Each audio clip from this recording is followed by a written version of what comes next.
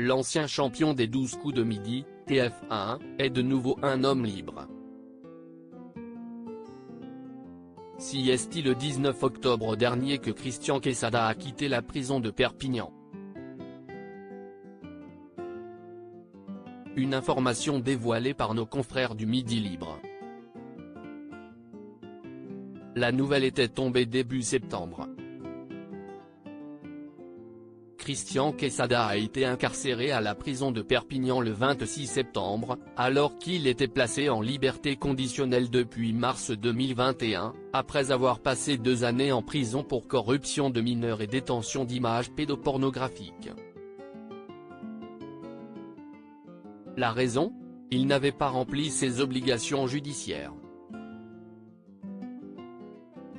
Ainsi, à l'issue d'une audience devant le juge d'application des peines le 6 octobre, il a été décidé que le père de famille était condamné à une peine de prison d'1 mois. 22 jours plus tard, il a retrouvé sa liberté comme l'explique Midi Libre. L'affaire remonte à l'année 2019 après qu'une jeune fille mineure a porté plainte contre lui. À l'époque, elle a expliqué qu'elle avait dialogué sur Internet avec un garçon se faisant passer pour un mineur et lui demandant de se dévêtir. Par la suite, des centaines d'images et de vidéos compromettantes de mineurs et d'enfants subissant des viols et agressions sexuelles avaient été retrouvées sur ses ordinateurs. Si Christian Quesada avait reconnu les faits, il avait tout de même précisé qu'il n'avait jamais commis d'agression sexuelle. Il avait ainsi été condamné à 3 ans de prison pour corruption de mineurs et détention et diffusion d'images pédopornographiques en 2020. Il avait été placé en liberté conditionnelle en 2021 et avait donc quitté la prison de Bourg-en-Bresse.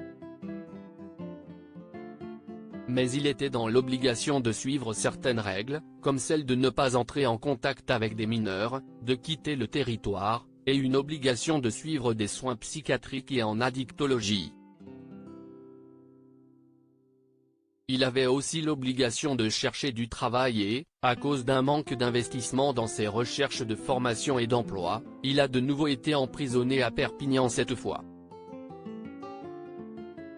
Il était déjà connu des services de police puisqu'il avait déjà été condamné une première fois en 2002 pour exhibition sexuelle et en 2009 pour détention et consultation d'images pédopornographiques.